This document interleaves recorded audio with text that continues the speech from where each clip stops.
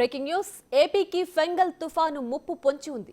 ఇప్పటికే సీఎం చంద్రబాబు అధికార యంత్రాంగాన్ని అలర్ట్ చేశారు. బంగాళాఖాతంలో ఏర్పడిన తుఫాన్ ప్రభావంతో ఇవాళ తెల్లవారుజాము నుంచి ఉమ్మడి నెల్లూరు జిల్లాలోని పలు ప్రాంతాల్లో వర్షాలు మొదలయ్యాయి. నెల్లూరు, కోవూరు, అల్లూరు, వాకాడు, కోట, ముత్తుకూరు మండలాల్లో వర్షం కొనసాగుతోంది.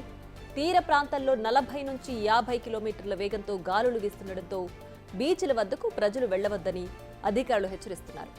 తుఫాను తీరం దాటే సమయంలో భారీ వర్షాలు కురిసే అవకాశం ఉండడంతో లోతట్టు ప్రాంతాల ప్రజలు అప్రమత్తంగా ఉండాలని అధికార యంత్రాంగం హెచ్చరిస్తోంది.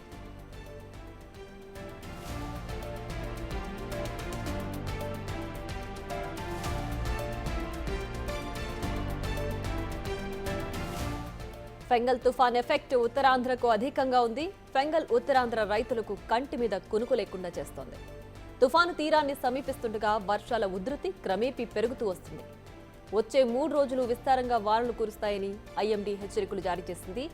దీంతో కోత కోసి పొలంలో ఉన్న వరి పంట దెబ్బతింటుందని అన్నదాతలు ఆందోళన చెందుతున్నారు. తమ పంటలను రక్షించుకోవడానికి ప్రయత్నిస్తున్నారు. అల్లూరి సీతారామరాజు జిల్లాలో కుప్పలు వేసిన పంటలు కాపాడుకోవడానికి తార్ఫాలిన్లు కప్పి సంరక్షిస్తున్నారు. పండిన పంట కూడా గాలుల ఉధృతికి నేల రాలే ప్రమాదం ఉంది. దీంతో ఉమ్మడి విశాఖ జిల్లాలో రైతుల్లో కలవరం మొదలైంది.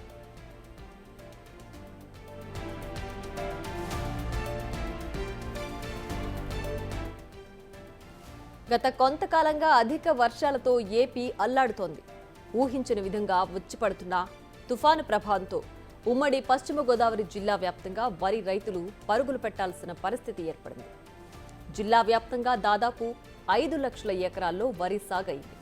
వరి కోతలు పూర్తి చేయాల్సి ఉన్న రైతులను తుఫాను భయం వెంటాడుతోంది.